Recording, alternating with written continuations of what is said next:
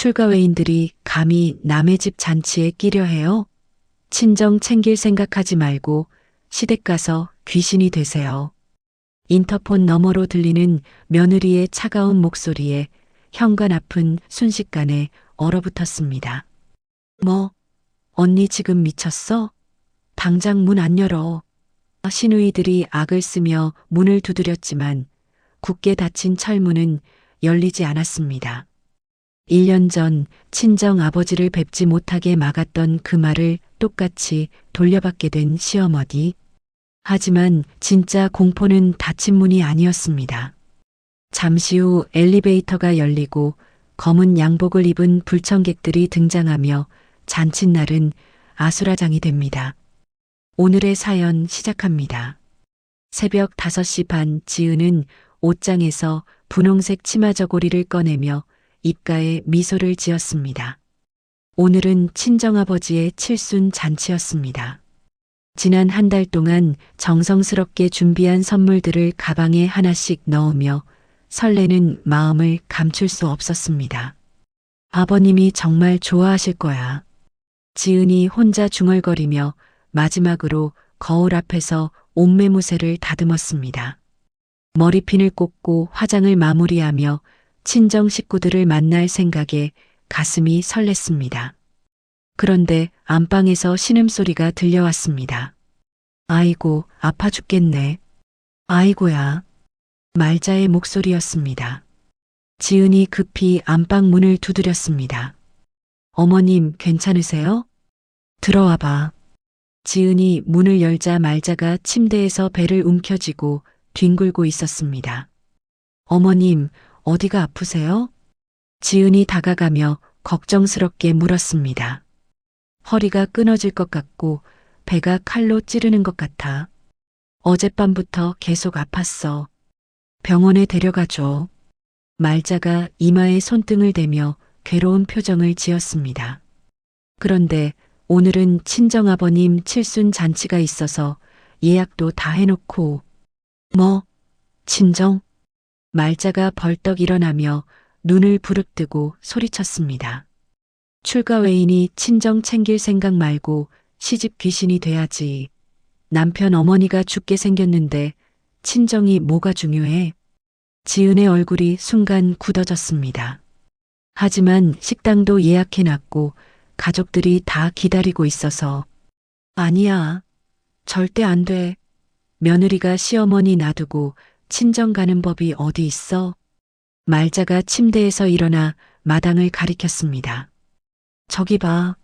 김장용 배추 심포기가 쌓여 있잖아. 오늘 안에 다 절여야 해. 지은이 마당을 보니 정말로 산더미 같은 배추가 쌓여 있었습니다. 어제까지만 해도 없던 것들이었습니다.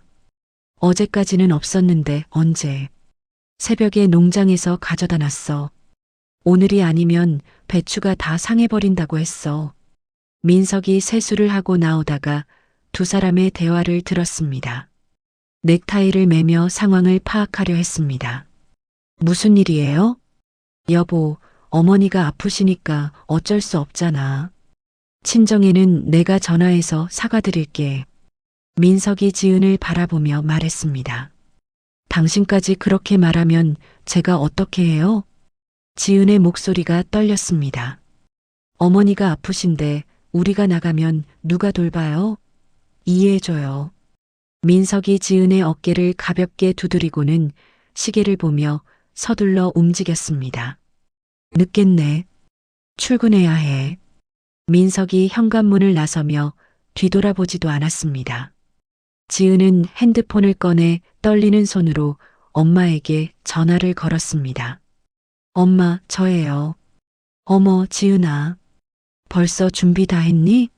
아버지가 얼마나 기다리시는지 몰라. 그게 갑자기 시어머님이 편찮으셔서 오늘 못 갈 것 같아요. 전화기 넘어가 잠시 조용해졌습니다. 어머, 그럼 어떻게 해? 아버지가 얼마나 기다리셨는데. 친정어머니의 실망한 목소리가 들렸습니다. 정말 죄송해요. 다음에 따로 뵈러 갈게요. 그래도 딸이 와야 칠순이 완성되는 건데. 아버지 마음이 얼마나 상하실까. 지은이 전화를 끊고 한복을 벗었습니다. 정성껏 골라 입었던 분홍색 치마 저고리가 옷걸이에 걸려있는 모습이 초라해 보였습니다. 대신 낡은 몸빼 바지를 입고 고무장갑을 끼고 마당으로 나갔습니다. 찬 11월 바람이 불어와 지은의 머리카락을 흩날렸습니다. 큰 대야에 차가운 물을 받고 굵은 소금을 한 주먹씩 풀어 넣었습니다.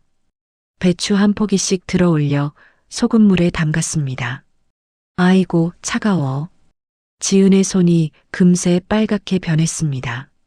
소금물이 튀어 옷에 얼룩이 생겼지만 신경 쓸 겨를이 없었습니다. 핸드폰에서 단톡방 알림이 계속 울렸습니다.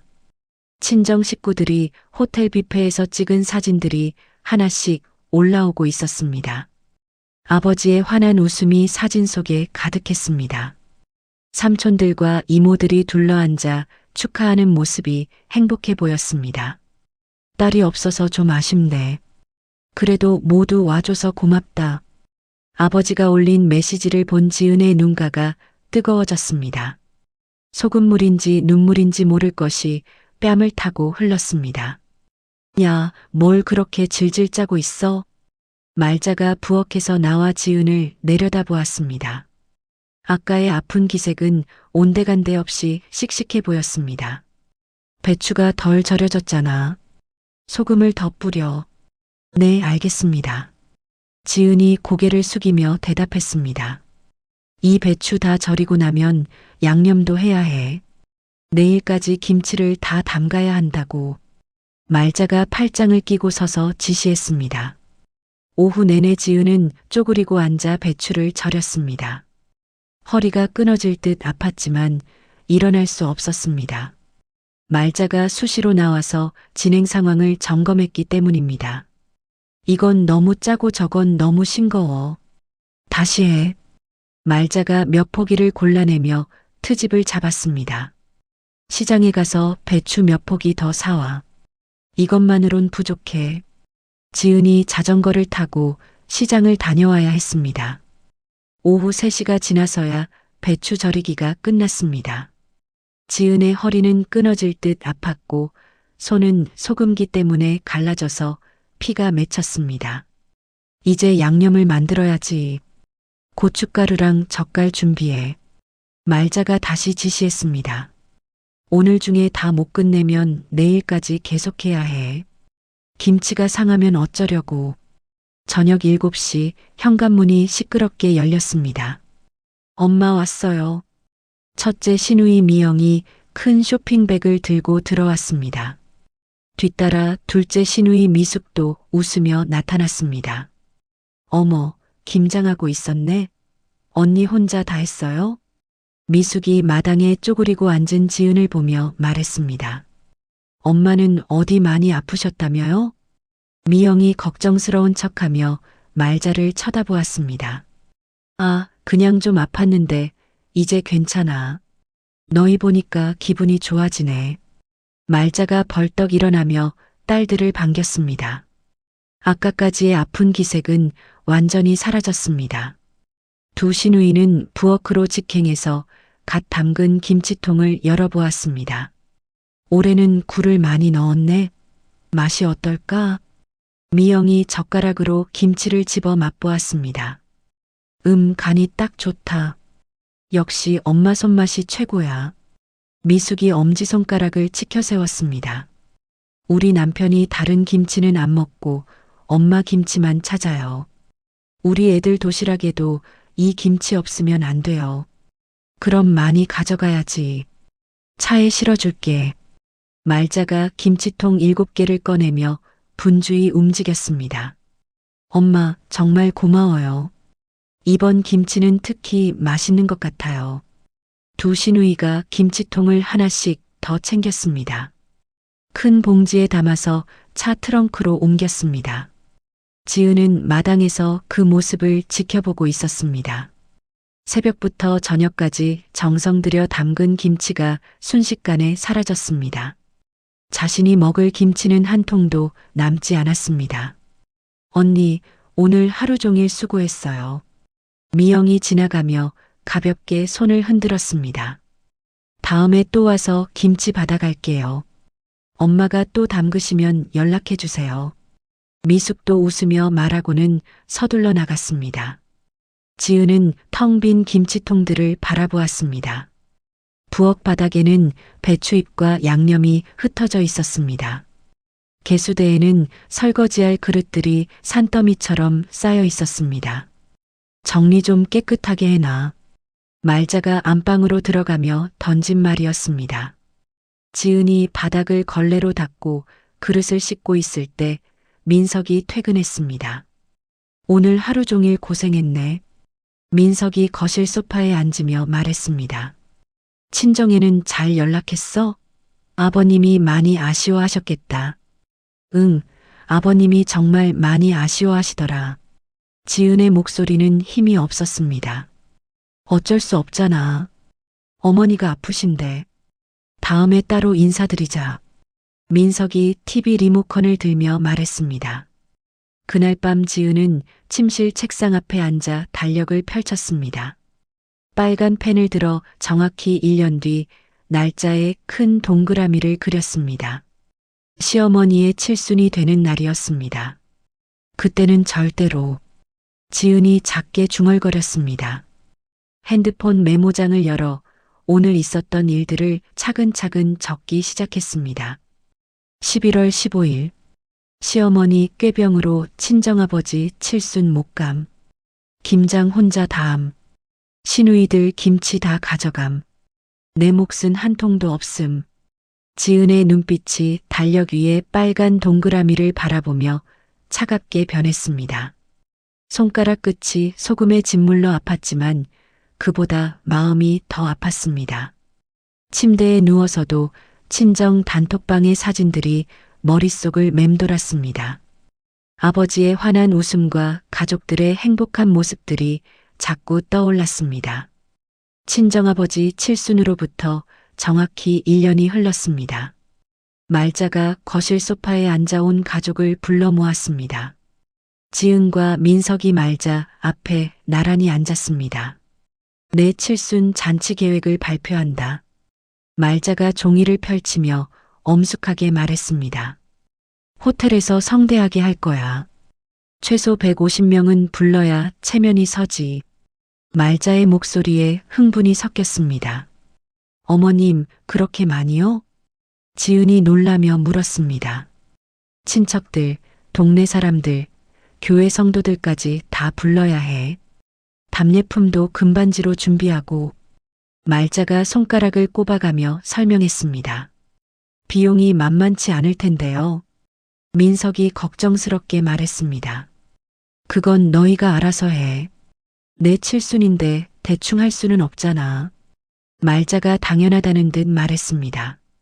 그날 저녁 시누이들이 단톡방에서 의견을 나누기 시작했습니다. 지은이 핸드폰을 보며 메시지들을 확인했습니다. 미영 엄마 칠순이니까 당연히 크게 해야지. 미숙 맞아. 우리 엄마 칠순인데 소소하게 하면 안 되지. 그런데 비용 분담 얘기가 나오자 분위기가 달라졌습니다. 미영 근데 우리는 애들 학원비가 너무 많이 들어가서. 미숙 우리도 남편 사업이 요즘 어려워서 여유가 없어. 결국 모든 준비와 비용이 지은의 몫으로 떨어졌습니다. 지은은 핸드폰을 내려놓고 한숨을 쉬었습니다. 알겠습니다. 제가 준비할게요. 지은이 말자에게 말했습니다. 며칠 후 지은이 호텔 예약을 마치고 돌아왔을 때였습니다. 말자가 갑자기 생각을 바꿨습니다. 호텔은 너무 비싸고 정감이 없어. 집에서 하는 게 낫겠다. 그런데 이미 예약금을 냈는데요. 취소해. 집에서 하면 더 정겨워. 말자가 단호하게 말했습니다. 지은은 예약금 50만 원을 날려야 했습니다. 그날부터 지은은 시장과 마트를 오가며 장을 보기 시작했습니다. 한우, 전복, 대형 조기 등 평소보다 3배 비싼 재료들만 골랐습니다. 계산할 때 지은은 자신의 카드 대신 말자의 지갑에서 몰래 빼낸 카드를 사용했습니다. 말자가 비상금으로 모아둔 돈이 들어있는 통장 카드였습니다. 어머님도 좋은 재료로 드셔야죠. 지은이 혼자 중얼거리며 미소를 지었습니다. 집에 돌아온 지은은 현관 도어락을 자세히 살펴봤습니다. 비밀번호 변경하는 법을 익히고 여러 번 테스트해 봤습니다. 인터폰 전원을 끄는 방법도 확인했습니다. 이상하네. 왜 그런 걸 확인해? 민석이 지나가다가 물었습니다. 고장나면 안 되니까 미리 점검하는 거야. 지은이 자연스럽게 대답했습니다. 체인 잠금 장치도 새 것으로 교체했습니다. 안에서만 잠글 수 있는 튼튼한 것으로 골라서 설치했습니다. 잔치 일주일 전 시누이들에게서 메시지가 왔습니다. 미영, 우리는 당일에 좀 늦게 갈게. 언니가 미리 세팅 다 해놔. 미숙 맞아. 우리가 가면 도와줄게. 지은이 메시지를 보며 씁쓸하게 웃었습니다. 언제나 똑같네. 잔치 전날 밤 말자가 지은에게 지시했습니다. 내일 새벽 4시부터 일어나서 잡채랑 갈비찜 준비해. 음식이 부족하면 안 돼. 네, 알겠습니다. 지은이 고개를 끄덕였습니다. 모든 가족이 잠든 새벽 3시, 지은이 조용히 일어나 부엌으로 갔습니다. 칼을 정성스럽게 갈며 내일 사용할 재료들을 손질했습니다. 하지만 그 눈빛에는 1년 전과는 전혀 다른 기운이 서려 있었습니다. 새벽 4시부터 지은은 본격적으로 요리를 시작했습니다. 잡채를 볶고 갈비찜을 끓이며 정성을 다했습니다. 하지만 마음은 전혀 다른 곳에 가 있었습니다. 아침 8시 완벽한 음식들이 식탁 위에 차려졌습니다. 지은은 그릇과 젓가락을 준비했는데 오직 3명분만 꺼내놨습니다. 말자, 민석, 그리고 자신의 것뿐이었습니다. 왜 그릇이 3개밖에 없어? 말자가 의아해하며 물었습니다.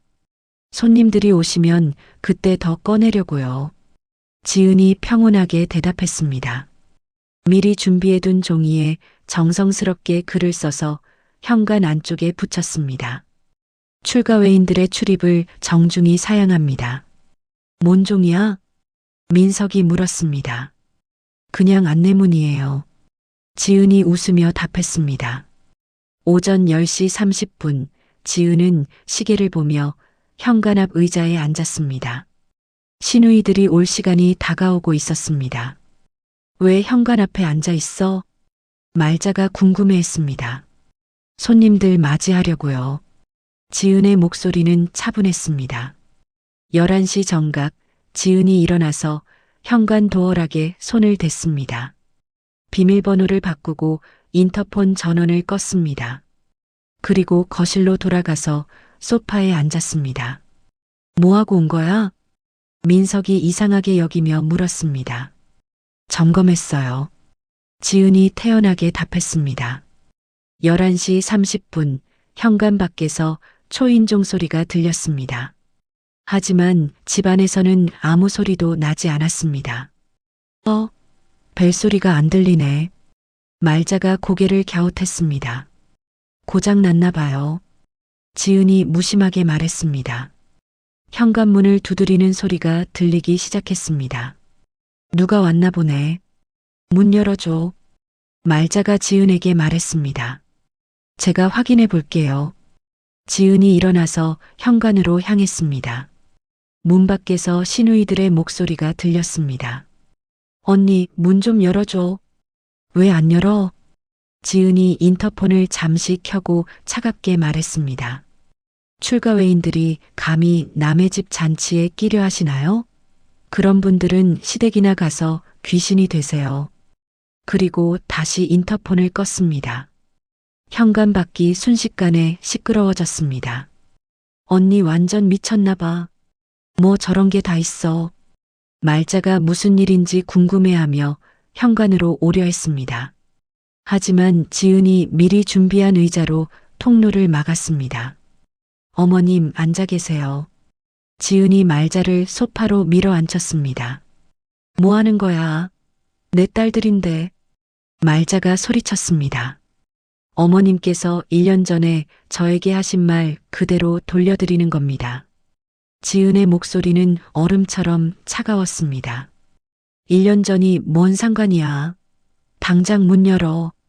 말자가 일어나려 했지만 지은이 막았습니다.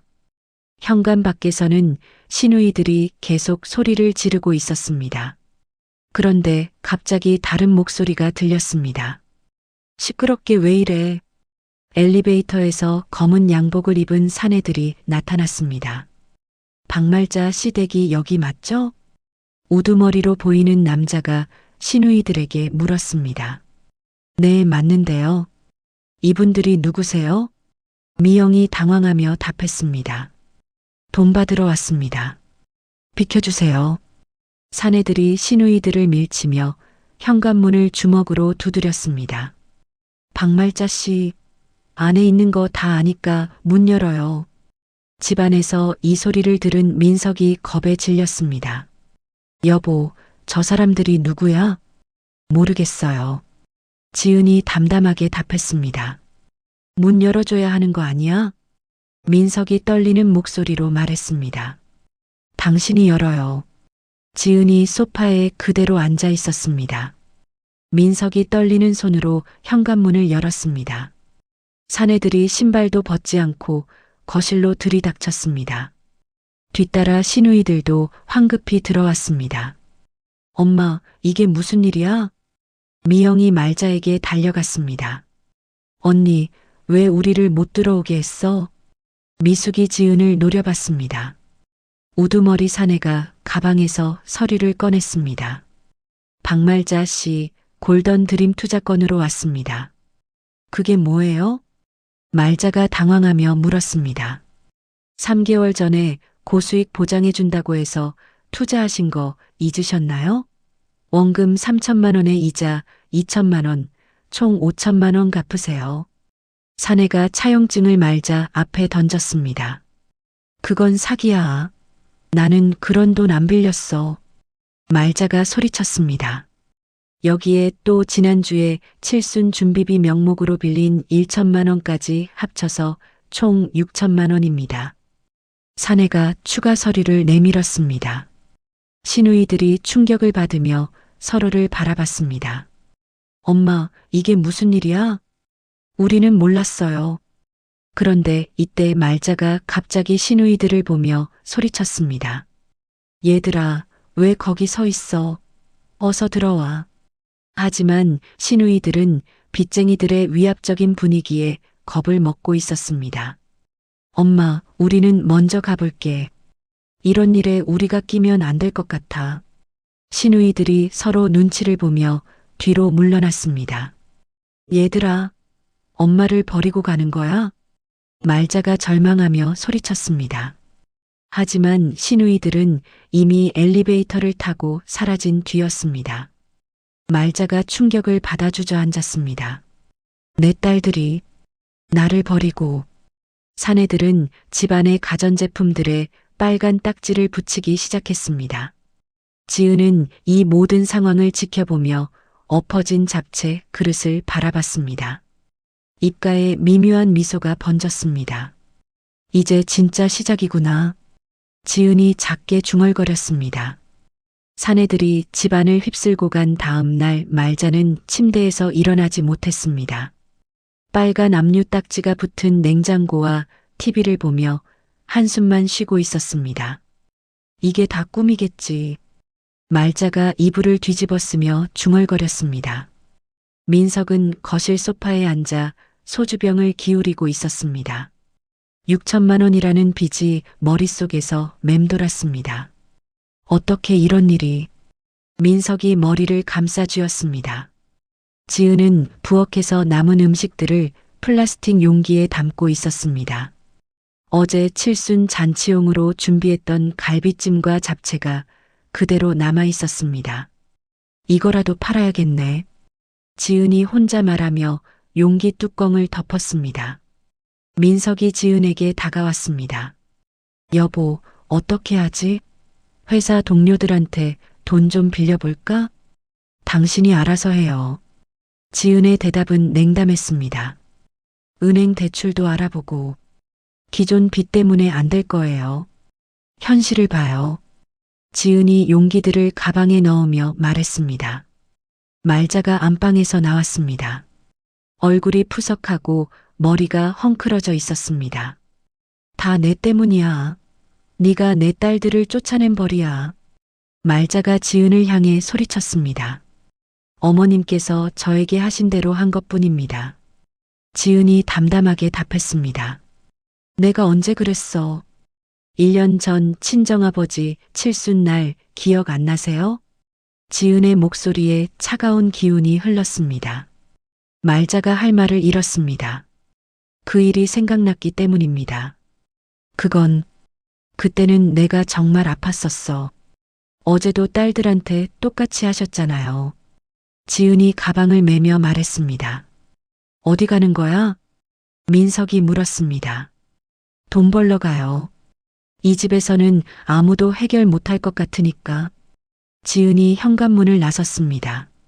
지하철 2호선 홍대 입구역 근처에 도착한 지은은 빈자리를 찾았습니다. 상가 앞 구석진 곳에 돗자리를 깔고 앉았습니다. 직접 만든 건강 반찬이에요. 지은이 목소리를 높였습니다. 하지만 지나가는 사람들은 지은을 이상하게 바라볼 뿐이었습니다. 허가증 있어요? 옆에서 떡볶이를 파는 아줌마가 다가왔습니다. 허가증 없이 여기서 장사하면 안 돼요. 죄송해요. 몰랐어요. 지은이 고개를 숙였습니다. 신고받으면 벌금 나와요. 조심하세요. 아줌마가 자리로 돌아갔습니다. 지은은 하루 종일 앉아 있었지만 반찬은 하나도 팔리지 않았습니다. 지나가는 사람들이 시식용 반찬을 맛보기는 했지만 사지는 않았습니다. 이거 맛있네요. 그런데 비싸지 않나요? 집에서 만든 거라 위생이 좀. 사람들의 반응이 시큰둥했습니다. 첫날 매출은 5,000원이었습니다. 김치 한 통과 멸치볶음 하나가 팔린 게 전부였습니다. 집에 돌아온 지은을 말자가 기다리고 있었습니다. 얼마 벌었어? 5,000원이요. 그게 뭐야? 차비도 안 나오는 거 아니야? 말자가 비웃었습니다. 내가 죽으면 내 죄야. 며느리가 시어머니를 이 지경으로 만들어 놓고. 말자가 벽에 대고 소리쳤습니다. 밥도 안 먹을 거야. 내가 죽어야 속이 시원하겠지? 지은은 대답하지 않고 자리에 누웠습니다. 둘째 날도 마찬가지였습니다. 지은은 같은 자리에 앉아 반찬을 팔려 했지만 성과는 비슷했습니다. 아줌마, 좀 비켜주실래요? 젊은 여자가 지나가며 짜증스럽게 말했습니다. 여기 왜 이렇게 지저분해졌지? 중년 남자가 지은을 보며 혀를 찼습니다. 사람들의 시선이 곱지 않았습니다. 지은은 점점 작아지는 자신을 느꼈습니다. 셋째 날 지은은 전략을 바꿨습니다. 시식용 반찬을 더 많이 준비해서 무료로 나눠줬습니다. 맛보기 서비스예요. 맛있으면 사가세요. 목소리도 더 크게 냈습니다. 어머, 이거 정말 맛있네요. 한 주부가 김치를 맛보며 말했습니다. 국산 재료만 써요. 화학 조미료도 안 넣고요. 지은이 열심히 설명했습니다. 얼마예요? 김치는 한 통에 10,000원이에요. 좀 비싸긴 하네요. 그래도 맛있으니까. 주부가 김치 2통을 샀습니다. 그날 매출은 30,000원이었습니다. 넷째 날 지은의 반찬을 맛본 또 다른 고객이 왔습니다. 어제 김치 사갔던 사람인데요. 정말 맛있더라고요. 감사해요. 지은이 환하게 웃었습니다. 멸치볶음도 맛보고 싶어요. 네, 맛보세요. 고객이 멸치볶음을 먹더니 고개를 끄덕였습니다. 이것도 맛있네요. 2개 주세요. 일주일째 되던 날 고급 승용차 한 대가 지은의 좌판 앞에 멈춰 섰습니다. 차에서 세련된 정장을 입은 중년 여성이 내렸습니다. 여성은 지은의 반찬들을 하나씩 살펴봤습니다. 깔끔한 용기 포장과 정성스럽게 쓴 메모를 보며 고개를 끄덕였습니다. 시식 가능한가요? 네, 물론이죠. 지은이 급히 일어서며 답했습니다. 여성이 김치를 맛보더니 표정이 변했습니다. 재료는 어디서 구입하세요? 시장에서 직접 고른 국산 재료만 써요. 첨가물은 뭘 넣으세요? 화학 조미료는 일절 안 넣어요. 멸치 육수나 다시마만 써요. 지은이 자신 있게 대답했습니다. 조미료 없이 이 맛이 나온다고요? 여성이 놀라며 다시 김치를 맛봤습니다. 네, 재료가 좋으면 조미료 없이도 맛있어요. 멸치볶음도 맛보겠어요.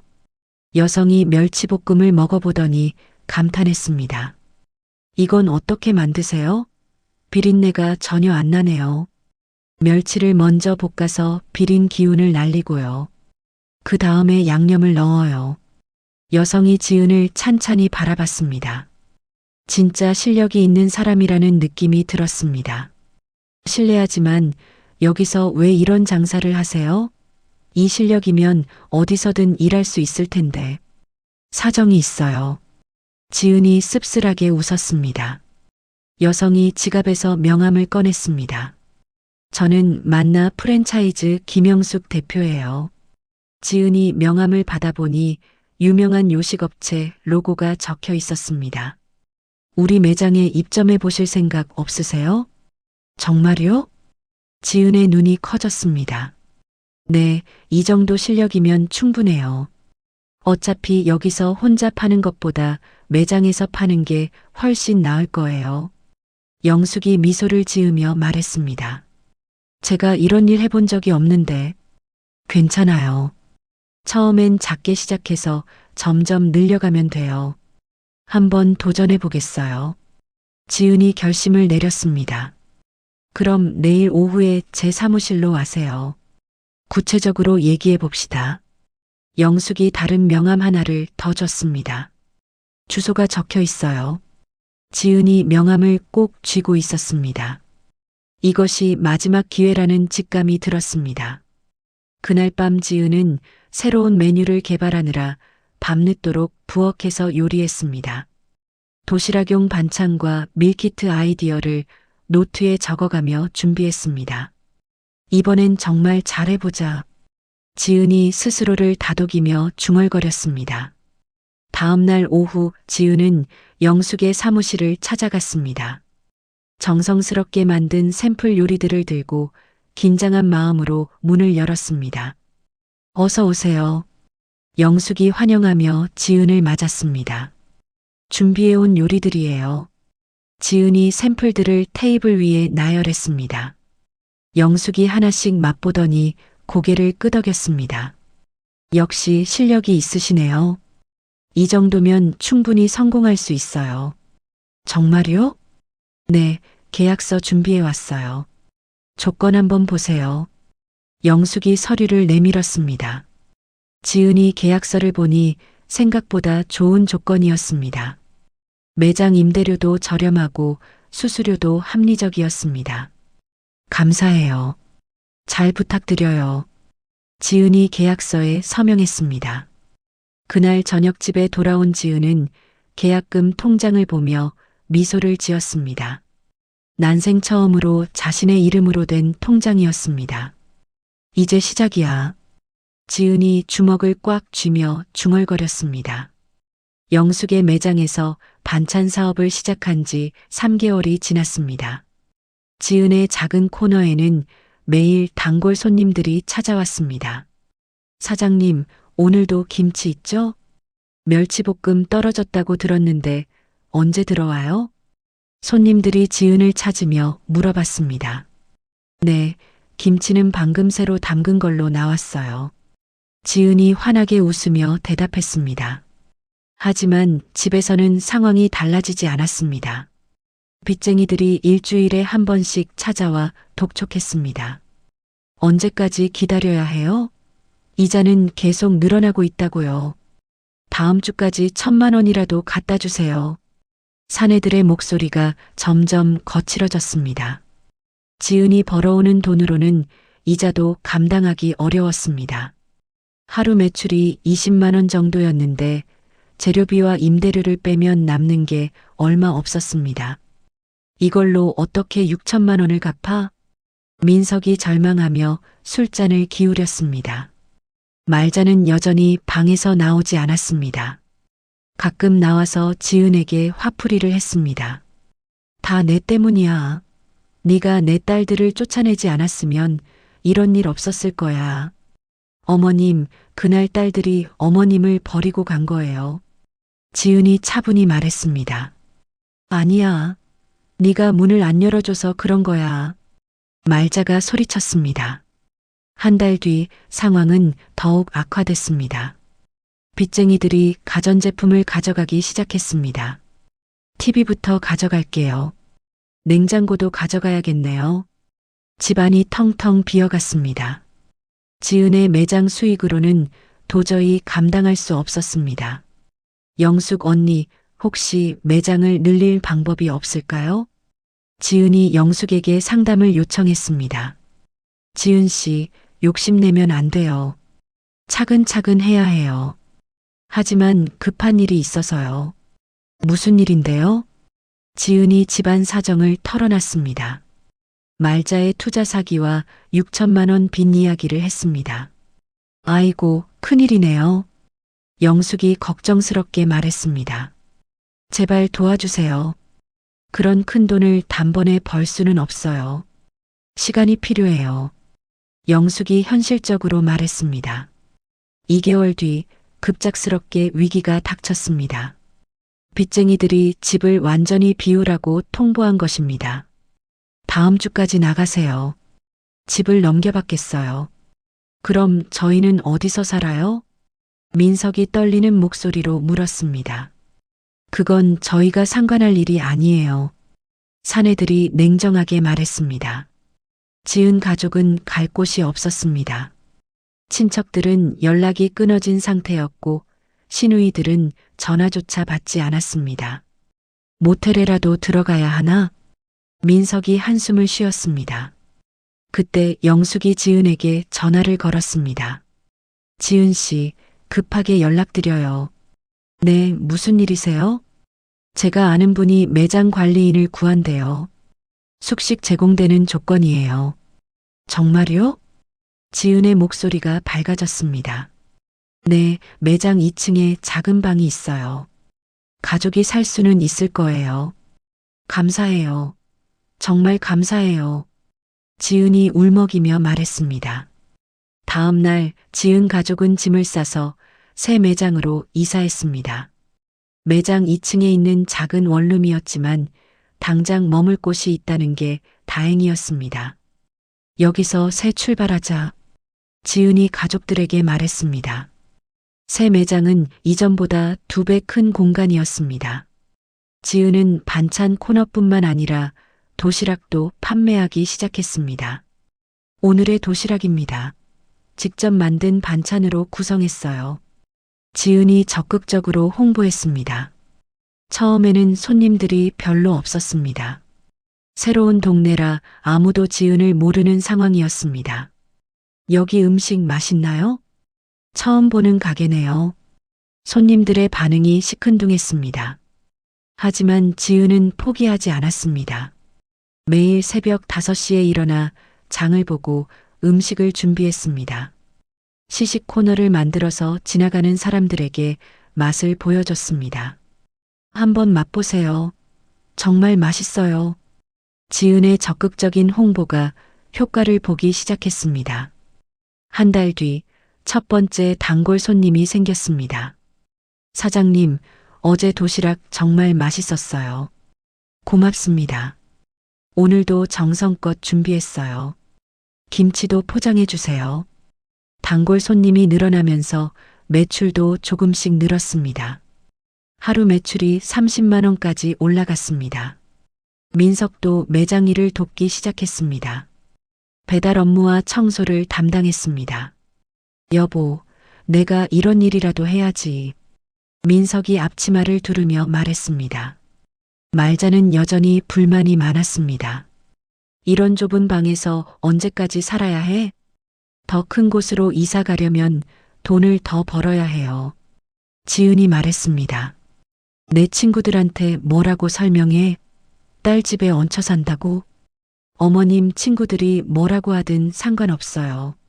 지은의 태도가 예전과 달랐습니다. 더 이상 말자의 눈치를 보지 않았습니다. 3개월이 지나자 매장이 안정됐습니다. 하루 매출이 50만 원까지 늘었습니다. 영숙이 매장을 점검하러 왔습니다. 지은 씨, 정말 대단해요. 이 정도 매출이면 괜찮은데요? 고맙습니다. 언니 덕분이에요. 이제 두 번째 매장도 생각해 볼 만해요. 영숙이 제안했습니다. 정말요? 네, 이 동네에서 성공했으니 다른 곳에서도 할 수 있어요. 지은이 설레는 마음으로 고개를 끄덕였습니다. 그날 밤 지은은 통장을 정리하며 계산해 봤습니다. 3개월 동안 모은 돈이 800만 원 정도였습니다. 빚을 갚기에는 턱없이 부족했지만 그래도 시작이었습니다. 조금씩이라도 갚아나가자. 지은이 다짐했습니다. 다음 날 지은은 빚쟁이들에게 전화를 걸었습니다. 300만 원 준비됐어요. 가져가세요. 겨우 300만 원? 이자도 안 되는 돈이야. 조금씩 갚아나갈게요. 기다려주세요. 다음 달엔 더 많이 갖고 와. 빚쟁이들이 돈을 가져간 뒤에도 여전히 5,700만 원이 남았습니다. 하지만 지은은 절망하지 않았습니다. 매일매일 성실하게 일하면 언젠가는 갚을 수 있다는 희망이 있었습니다. 그날 밤 지은은 매장 창문으로 밖을 내다봤습니다. 거리에는 불빛들이 반짝이고 있었습니다. 나도 저렇게 반짝일 수 있을 거야. 지은이 혼자 중얼거렸습니다. 다음 날부터 지은은 더욱 열심히 일했습니다. 새로운 메뉴를 개발하고 서비스를 개선했습니다. 고객 만족이 최우선이야. 지은의 서비스 정신이 손님들에게 전해졌습니다. 한 달 뒤 매출이 또 늘었습니다. 하루 70만 원까지 올라간 것입니다. 이 속도면 1년 안에 빚을 다 갚을 수도 있겠어. 지은이 희망적으로 생각했습니다. 민석도 아내의 변화를 느꼈습니다. 여보, 정말 대단해. 이렇게 될 줄 몰랐어. 아직 시작일 뿐이야. 지은의 눈빛에는 확신이 담겨 있었습니다. 말자도 조금씩 태도가 바뀌기 시작했습니다.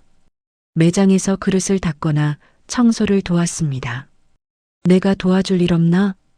고맙습니다. 그럼 저 그릇들 좀 닦아주세요. 지은이 자연스럽게 말했습니다. 6개월이 지나자 지은의 매장은 동네에서 유명해졌습니다. 단골 손님들이 줄을 서서 기다릴 정도였습니다. 여기 도시락 정말 맛있어요. 사장님이 정말 친절해요. 손님들의 입소문이 퍼져나갔습니다. 영숙이 다시 매장을 방문했습니다. 지은 씨, 이제 정말 독립할 때가 됐어요. 독립이요? 네, 본인 명의로 매장을 차려도 될 것 같아요. 지은의 가슴이 두근거렸습니다. 드디어 진짜 사장이 될 수 있다는 기대감이 들었습니다. 한번 도전해 볼게요. 지은이 결심에 찬 목소리로 말했습니다. 1년 후 지은의 한지은의 정성 반찬 매장은 동네에서 가장 인기 있는 곳이 되었습니다. 오전 8시 오픈 전부터 손님들이 길게 줄을 서서 기다렸습니다. 사장님, 오늘도 김치 준비되셨죠? 도시락 예약하고 싶어요. 손님들의 목소리가 활기차게 들렸습니다. 지은은 깔끔한 앞치마를 두르고 환한 미소로 손님들을 맞았습니다. 과거에 초라했던 모습은 온데간데 없었습니다. 네, 오늘 새로 담근 김치 나왔어요. 맛보고 가세요. 지은이 자신감 넘치는 목소리로 말했습니다. 매장에는 직원 5명이 바쁘게 일하고 있었습니다. 지은이 체계적으로 관리하는 모습이 진짜 사장 같았습니다. 김대리, 김치 포장 좀 더 빠르게 해주세요. 박 씨, 도시락 주문 확인해 주시고요. 지은의 지시에 직원들이 척척 움직였습니다. 하루 매출이 200만 원을 넘나들기 시작했습니다. 월 매출로 치면 6천만 원 가까이 되는 금액이었습니다. 그런 어느 날 시누이들이 매장에 나타났습니다. 1년 만에 보는 얼굴들이었습니다. 어머, 우리 올케가 정말 사장님이 됐네? 미영이 어색하게 웃으며 말했습니다. 언니, 장사 정말 잘 되는 것 같아요. 미숙도 매장을 둘러보며 감탄했습니다. 지은은 냉정하게 두 사람을 바라봤습니다. 어떻게 오셨어요? 그냥 언니 소식 궁금해서 왔어요. 미영이 머뭇거리며 말했습니다. 혹시 가족 할인은 안 돼요? 미숙이 뻔뻔하게 물었습니다. 죄송하지만 정가로만 판매합니다. 지은이 단호하게 말했습니다. 그래도 우리가 가족인데 출가 외인분들께는 할인이 어렵습니다. 지은이 1년 전 말자의 말을 그대로 돌려줬습니다. 시누이들의 얼굴이 굳어졌습니다. 언니가 너무 야박하네. 예전에는 이렇지 않았는데. 예전에는 제가 바보였죠. 지은이 차갑게 말했습니다. 시누이들이 어쩔 수 없이 돈을 내고 김치를 샀습니다. 다음에 또 올게요. 네, 손님으로 오시면 언제든 환영이에요. 지은의 대답이 냉담했습니다. 집으로 돌아온 지은을 말자가 기다리고 있었습니다. 표정이 예전과 달랐습니다. 오늘도 수고했어. 말자가 조심스럽게 말했습니다. 네. 지은이 간단히 답했습니다. 혹시 돈이 좀 필요하면 어머님 용돈은 매달 드리고 있잖아요. 지은이 말자의 말을 막았습니다. 말자는 더 이상 지은에게 함부로 할 수 없었습니다. 생활비와 빚 상환을 지은에게 의존하고 있었기 때문입니다. 매달 1,000만 원씩 빚을 갚아나가자 빚쟁이들의 태도도 달라졌습니다. 지은 씨는 정말 대단하시네요. 이렇게 성실하게 갚는 분 처음 봐요. 곧 다 갚으실 것 같은데요? 빚쟁이들이 오히려 지은을 존중하기 시작했습니다. 한편 지은은 큰 결심을 하고 있었습니다. 쌓인 수익금으로 1년 전 놓친 친정아버지의 칠순을 다시 해드리기로 한 것입니다. 엄마, 저예요. 지은이 친정어머니에게 전화를 걸었습니다. 어머, 지은아. 요즘 어떻게 지내니? 좋아요. 그런데 아버님 칠순을 다시 해드리고 싶어요. 다시? 작년에 못 해드린 칠순 말이에요. 제대로 해드리고 싶어요. 친정어머니의 목소리가 밝아졌습니다. 정말? 아버지가 얼마나 좋아하실까? 지은은 시내 최고급 호텔을 예약했습니다. 50명이 들어갈 수 있는 연회장이었습니다. 예약 소식을 들은 시누이들이 불만을 표했습니다. 우리 엄마 칠수는 집에서 하더니 친정만 챙기네. 미영이 투덜거렸습니다. 너무 편애하는 거 아니야? 미숙도 못마땅해 했습니다. 하지만 지은은 신경 쓰지 않았습니다. 제 돈으로 제 부모님께 효도하는 건데 무슨 상관이에요? 지은이 당당하게 말했습니다. 호텔 연회장에는 친정 식구들이 모두 모였습니다. 삼촌, 이모, 사촌들까지 다 참석했습니다. 지은이가 이 모든 걸 준비했다고? 우리 조카가 정말 대단해졌네. 친정 식구들이 지은의 성공을 진심으로 축하했습니다. 아버지는 정장을 차려입고 환한 웃음을 지었습니다. 딸아, 정말 고맙다. 아버지가 얼마나 자랑스러운지 몰라. 아버님, 작년에 못 와서 죄송했어요. 지은이 아버지의 손을 꼭 잡았습니다. 그런 건 다 지난 일이야. 오늘이 중요하지. 아버지가 지은의 머리를 쓰다듬었습니다. 지은은 준비한 용돈 봉투를 아버지께 드렸습니다. 1,000만 원이 들어있는 두툼한 봉투였습니다. 이건 너무 많다. 아니에요. 그동안 못다한 효도예요. 어머니도 눈물을 흘렸습니다. 우리 딸이 이렇게 성공해서 정말 기특해. 연회장 한쪽에서는 음식들이 풍성하게 차려져 있었습니다. 모두 지은이 직접 만든 것들이었습니다. 지은이가 만든 음식들이에요. 맛보세요. 친정 식구들이 음식을 맛보고는 감탄했습니다. 이런 실력이었어? 정말 맛있다. 지은이 음식 솜씨가 이 정도였나? 파티가 한창일 때 지은이 마이크를 잡았습니다. 아버님, 어머님, 그동안 걱정 많이 끼쳐드려서 죄송했어요. 지은의 목소리가 떨렸습니다. 앞으로는 제가 든든한 딸이 되겠어요. 매달 용돈도 드리고 여행도 보내드릴게요. 연회장에 박수가 터졌습니다. 지은아, 정말 대견하다. 우리 조카 자랑스럽다. 친정 식구들의 축하가 이어졌습니다. 그때 연회장 밖에서 누군가 지켜보고 있었습니다. 민석이었습니다. 지은이 미리 연락해서 온 것이었습니다. 여보, 민석이 조심스럽게 지은을 불렀습니다.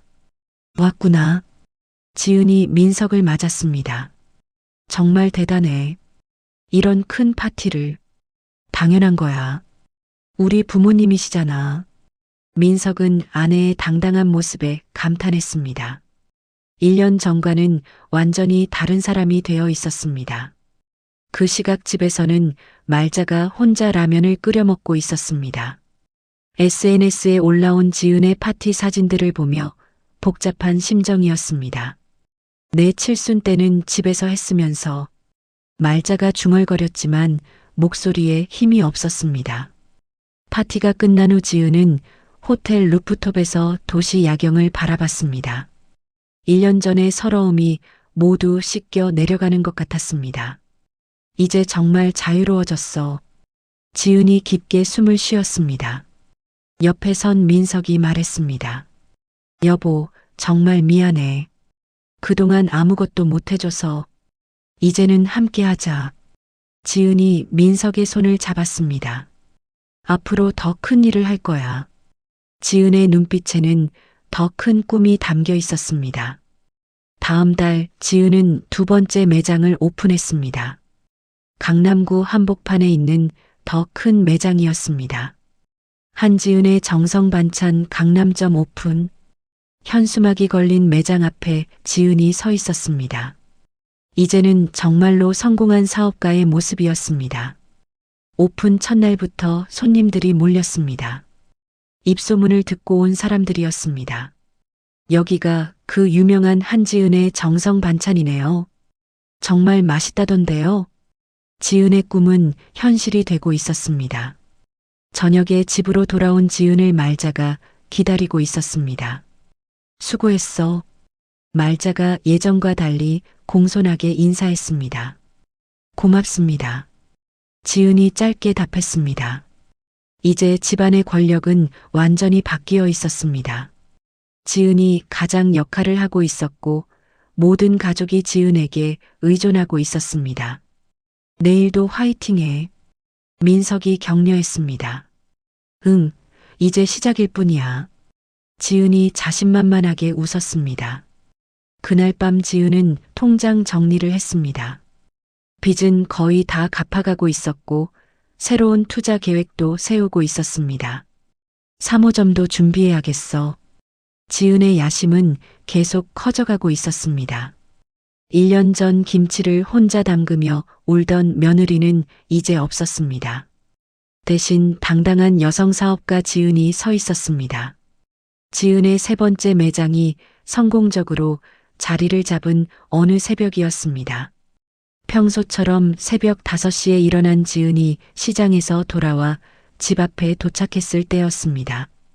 핸드폰이 요란하게 울렸습니다. 민석의 직장 동료 번호였습니다. 여보세요? 지은 씨죠? 저 민석 씨 현장 팀장 김 과장입니다. 목소리가 다급했습니다. 네, 무슨 일이세요? 민석 씨가 갑자기 쓰러져서 응급실로 실려갔어요. 지은의 손에서 장보기 가방이 떨어졌습니다. 뭐라고요? 119에서 병원으로 데려갔어요. 빨리 오세요. 지은이 급하게 택시를 잡았습니다. 병원으로 가는 동안 가슴이 두근거렸습니다. 지난 몇 개월 동안 민석이 자주 두통을 호소했던 게 생각났습니다. 술도 평소보다 많이 마셨습니다. 스트레스 때문인 것 같아. 민석이 그렇게 말할 때마다 지은은 대수롭지 않게 여겼습니다. 병원에 도착한 지은이 응급실로 뛰어갔습니다. 의사가 심각한 표정으로 나왔습니다. 보호자시죠? 네, 아내입니다. 뇌출혈로 응급수술이 필요한 상태입니다. 의사의 말에 지은이 주저앉을 뻔했습니다. 생명에는 지장 없겠지만 수술 후 재활이 필요할 겁니다. 최소 6개월은 걸릴 것 같아요. 6개월이요? 네, 동의서에 서명해 주세요. 지은이 떨리는 손으로 동의서에 서명했습니다. 그때 뒤늦게 말자가 도착했습니다. 민석의 동료가 연락했던 것입니다. 내 아들이 어떻게 됐어? 말자가 지은을 보자마자 소리쳤습니다. 네가 남편을 너무 혹사시켜서 이런 일이 생긴 거야. 어머님, 지금은 네가 너무 강하게 나가니까 남편이 스트레스 받아서 병이 난 거야. 말자의 목소리가 병원을 울렸습니다. 간호사들이 조용히 해달라고 말릴 정도였습니다. 수술이 진행되는 동안 지은의 핸드폰이 계속 울렸습니다. 매장에서 걸려오는 전화들이었습니다. 사장님, 오늘 김치 납품 일정이 도시락 주문이 밀려서 어떻게 할까요? 지은은 제대로 답변할 수가 없었습니다. 영숙도 연락을 했습니다. 지은 씨, 큰일 났다고 들었어요. 네, 남편이 갑자기 쓰러져서 마음은 이해하지만 사업은 냉정해야 해요. 지금 놓치면 경쟁업체에 다 넘어가요. 영숙의 말이 현실적이었지만 지은의 마음은 복잡했습니다. 오늘 있던 호텔 납품 계약 회의는 어떻게 해요? 대형 호텔이랑 하기로 한 계약인데 놓치면 큰 손해예요. 지은이 고민에 빠졌습니다. 남편도 걱정되고 사업도 걱정됐습니다. 5시간의 수술이 끝났습니다. 의사가 나와서 설명했습니다. 다행히 수술은 성공했습니다. 하지만 의식 회복까지는 시간이 걸릴 수 있어요. 얼마나 걸려요? 며칠에서 몇 주까지. 확실하게 말씀드리기 어려워요. 지은이 중환자실 앞에서 하루 종일 기다렸습니다. 하지만 민석은 의식을 잃은 채였습니다. 그날부터 지은의 일상이 완전히 바뀌었습니다. 낮에는 매장을 돌보고 밤에는 병원에서 지내야 했습니다. 매장 매출이 눈에 띄게 줄어들기 시작했습니다. 지은이 없으니 직원들이 제대로 관리를 못했습니다. 사장님이 안 계시니까 맛이 다르네요. 예전만 못한 것 같아요. 단골 손님들의 불만이 늘어갔습니다. 병원비도 만만치 않았습니다. 하루에 100만 원씩 나갔습니다. 중환자실 비용과 각종 검사비가 엄청났습니다. 말자는 병실에서 지은에게 계속 심부름을 시켰습니다. 병원 밥은 맛없으니까 집에서 해온 음식 가져와. 내 이불도 가져와. 여기 이불은 거칠어. 약국에서 영양제 사와. 지은이 매장 일도 해야 하고 간병도 해야 하는 상황이었습니다. 며칠 후 시누이들이 병문안을 왔습니다. 오빠 어떻게 됐어요? 미영이 걱정스러운 척하며 물었습니다. 아직 의식이 안 돌아왔어요. 지은이 지친 목소리로 답했습니다. 오빠가 이렇게 된 것도 다 언니가 스트레스 줘서 그런 거잖아요. 미숙이 지은을 원망했습니다. 언니가 너무 성공해서 오빠가 위축됐나 봐요. 그런 말 하지 마세요.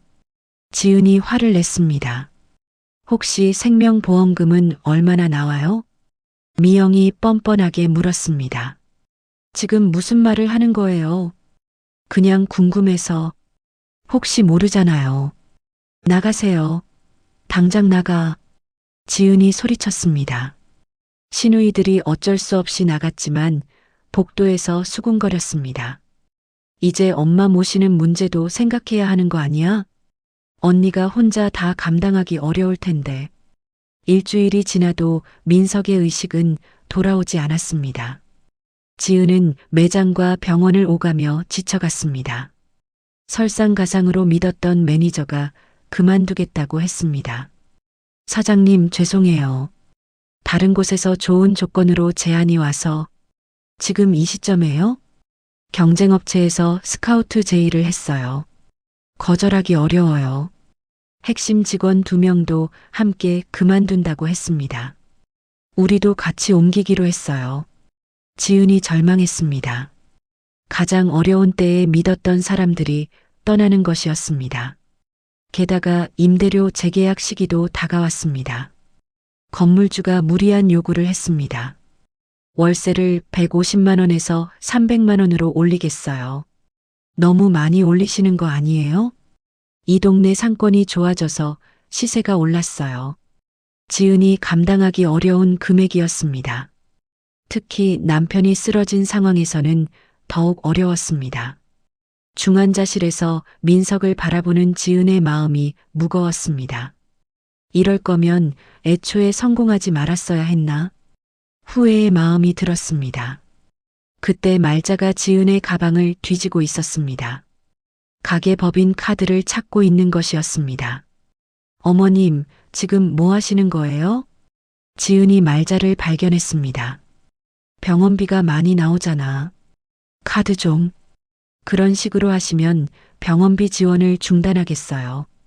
지은의 목소리가 단호했습니다. 너 정말 제가 벌어서 갚고 있는 거예요.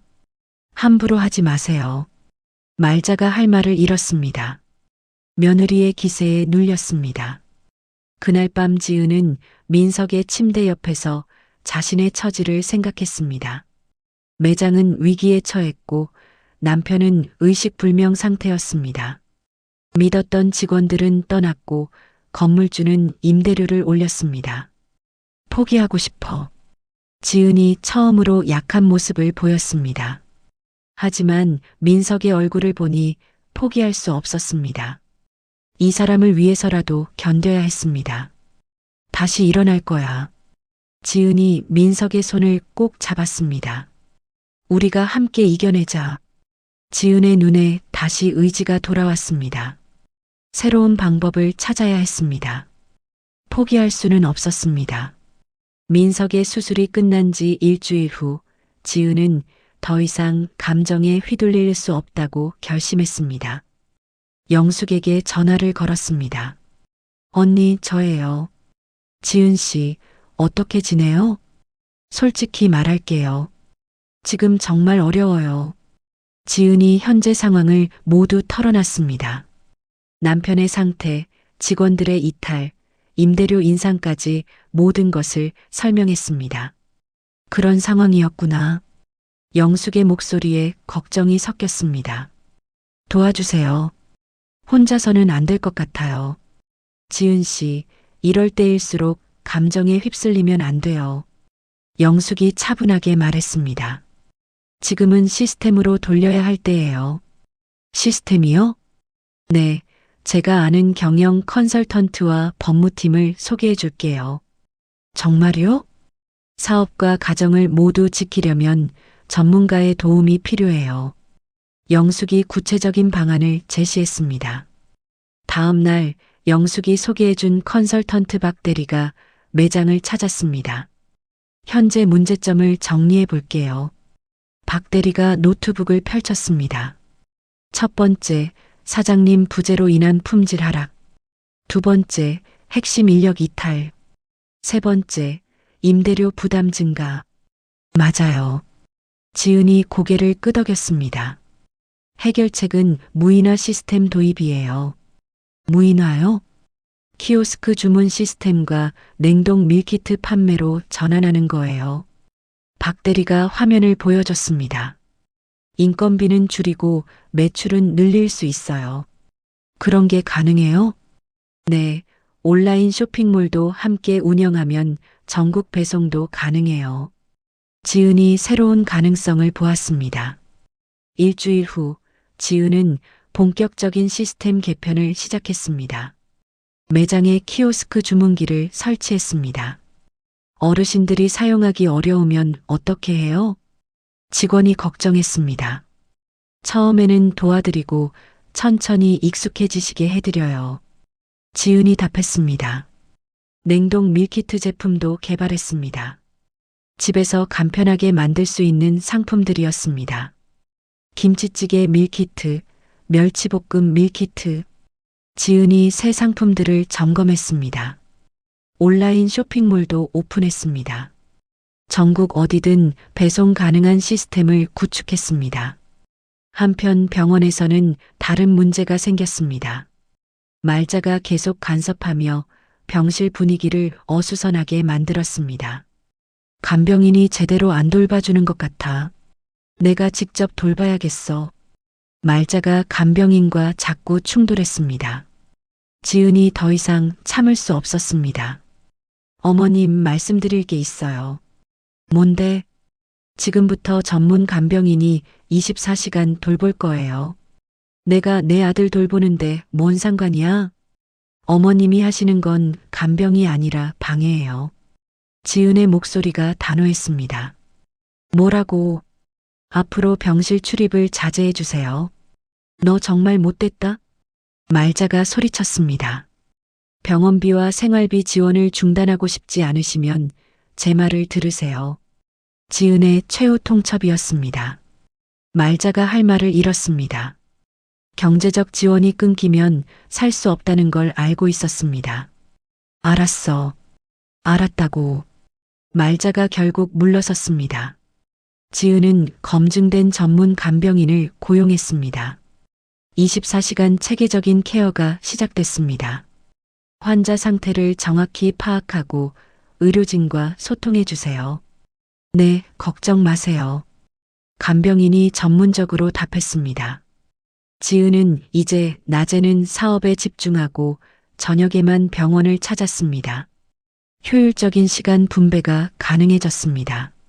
새로운 시스템이 효과를 보기 시작했습니다. 무인 키오스크로 주문받고 밀키트 판매가 늘어났습니다. 온라인 주문이 하루에 50건씩 들어와요. 직원이 신나게 보고했습니다. 전국에서 주문이 들어오네요. 좋아요. 더 열심히 해봐요. 지은이 격려했습니다. 한 달 후 놀라운 일이 일어났습니다. 민석의 손가락이 미세하게 움직이기 시작한 것입니다. 보셨어요? 손가락이 움직였어요. 간병인이 흥분해서 말했습니다. 의사가 검진한 결과 뇌 기능이 회복되고 있다는 진단이 나왔습니다. 정말 빠른 회복이에요. 이런 경우는 드물어요. 체계적인 간병 덕분인 것 같습니다. 의사가 칭찬했습니다. 6주차에 접어들자 민석이 눈을 뜨기 시작했습니다. 여보. 민석이 힘겹게 지은을 불렀습니다. 정말 깨어났구나.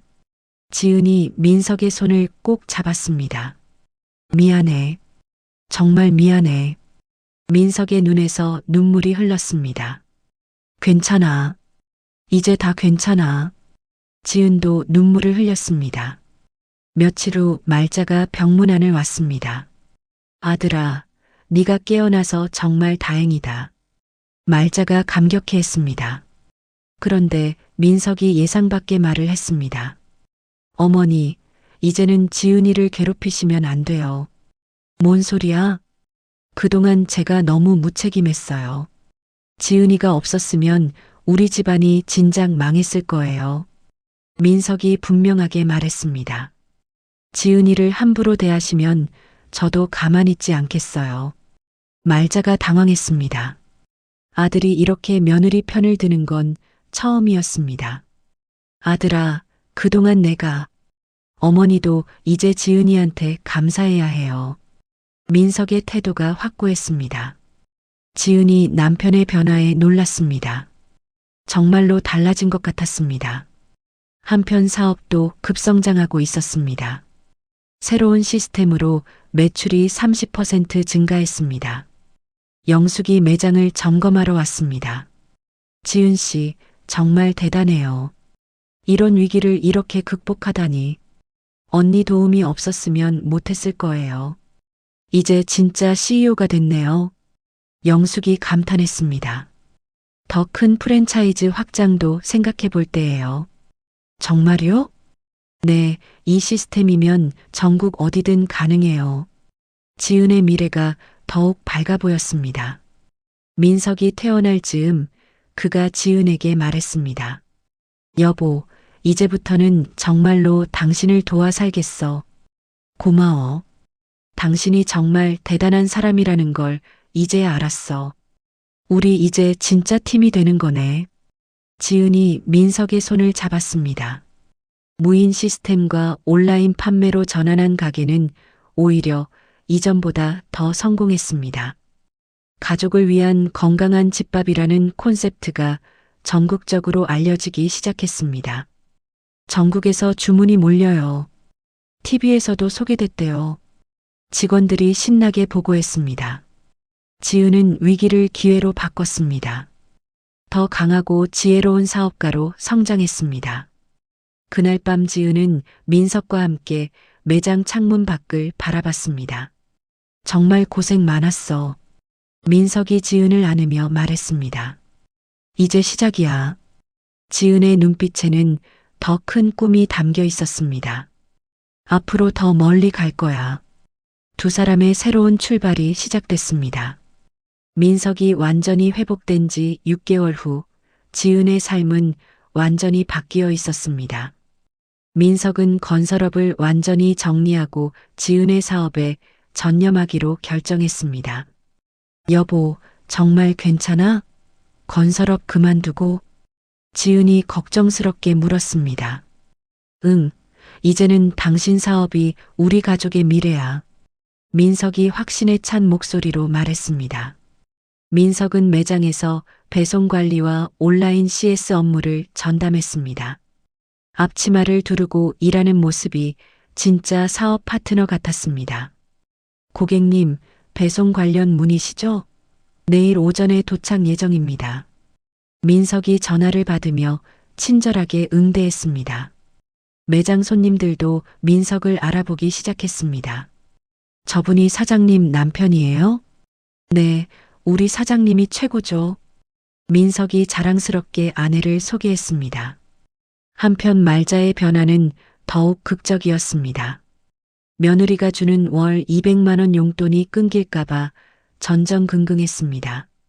매일 저녁 지은이 퇴근하면 현관까지 나와서 맞았습니다. 오늘도 수고 많았어. 말자가 비굴하게 허리를 숙였습니다. 네, 들어가요. 지은이 덤덤하게 답했습니다. 말자는 동네 사람들에게 며느리 자랑을 하기 바빴습니다. 우리 며느리가 이 집안의 기둥이에요. 정말 대단한 사업가가 됐어요. 하지만 과거에 며느리를 괴롭혔던 일들은 쏙 빼고 말했습니다. 처음부터 며느리를 믿었어요. 우리 며느리 복이 많다고 생각했죠.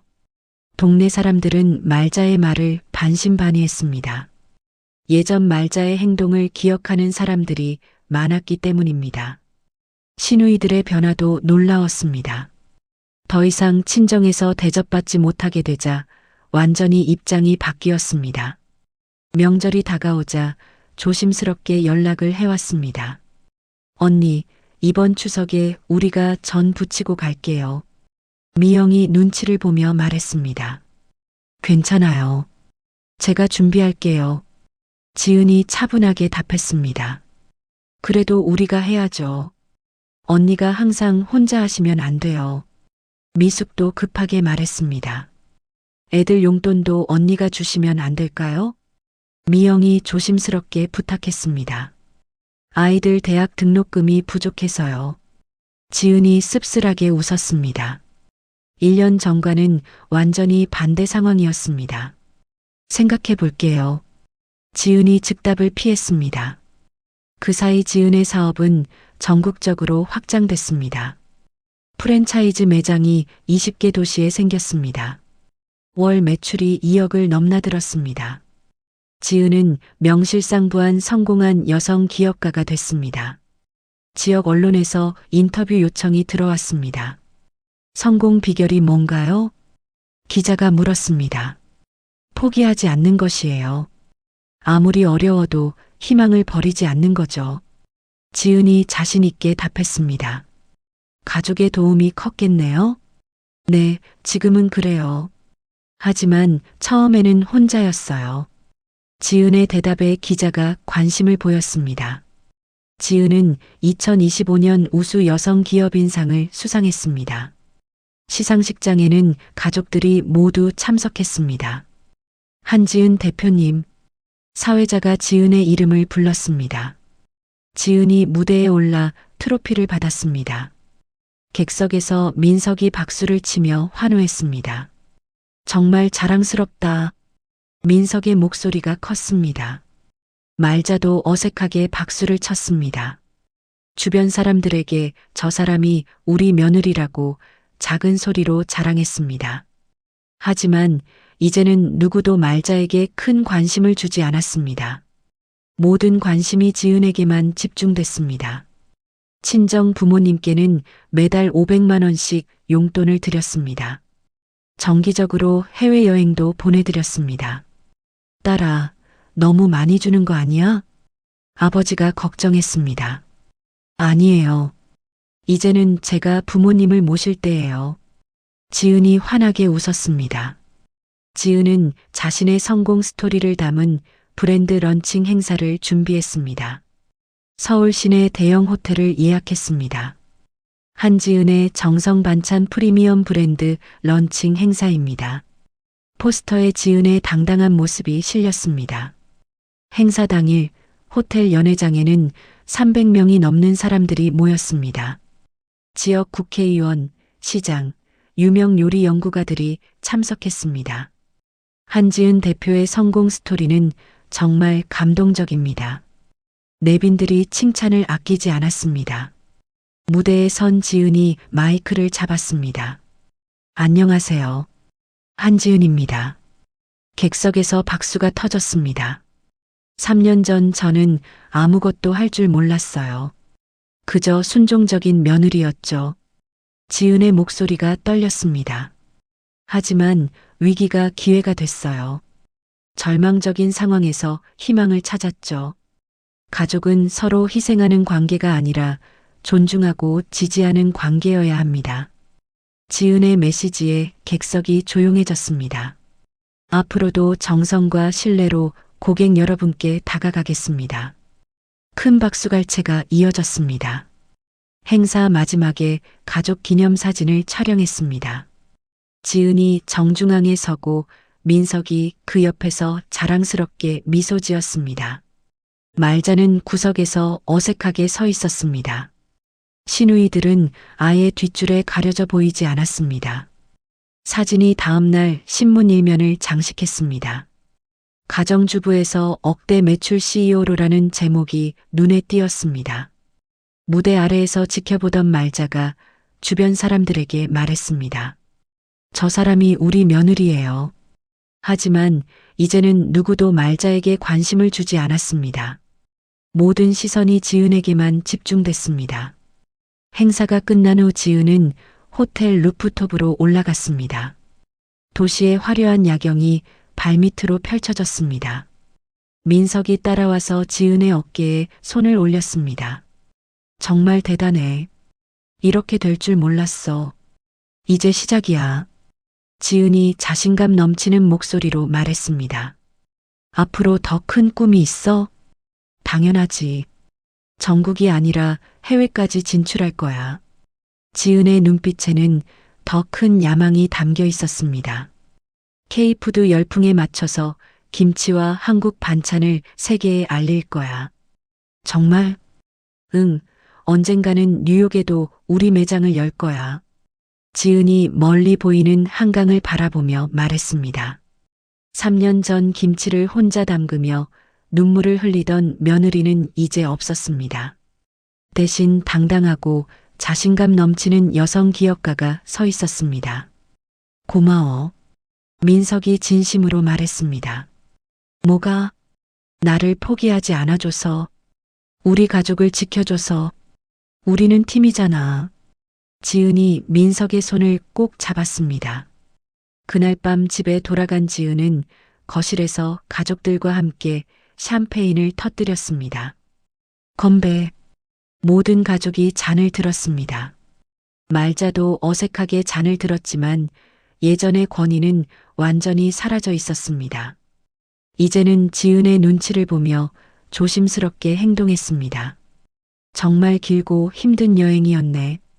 지은이 감회에 젖어 말했습니다. 당신이 우리 가족의 진짜 기둥이야. 민석이 화답했습니다. 지은은 창문 너머 야경을 바라봤습니다. 3년 전의 절망과 좌절이 이제는 성취와 자신감으로 바뀌어 있었습니다. 이제 정말 자유로워졌어. 지은이 혼자 중얼거렸습니다. 과거에 순종적이고 눈치만 보던 며느리에서 당당한 성공 여성으로 완전히 변신한 자신의 모습에 뿌듯한 미소를 지었습니다. 앞으로도 계속 성장할 거야. 지은의 새로운 도전은 이제 막 시작되었습니다.